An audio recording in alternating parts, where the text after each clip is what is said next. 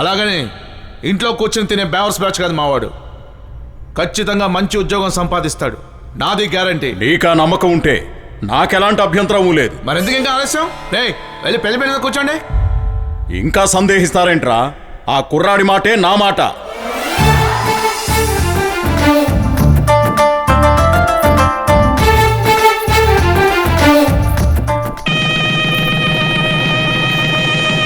Bucket నిండా పాలు ఇచ్చేది, చేతి నిండా చిల్లర వచ్చేది. నేనెప్పుడు ఇంతే.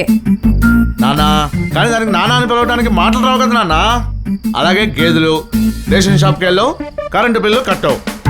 మరి పెళ్లిళ్ళు చేస్తే కట్నాలు కూడా రావు. ఆ ఇట్లాంటి తెలివితేటలకి తక్కువేం కాదు.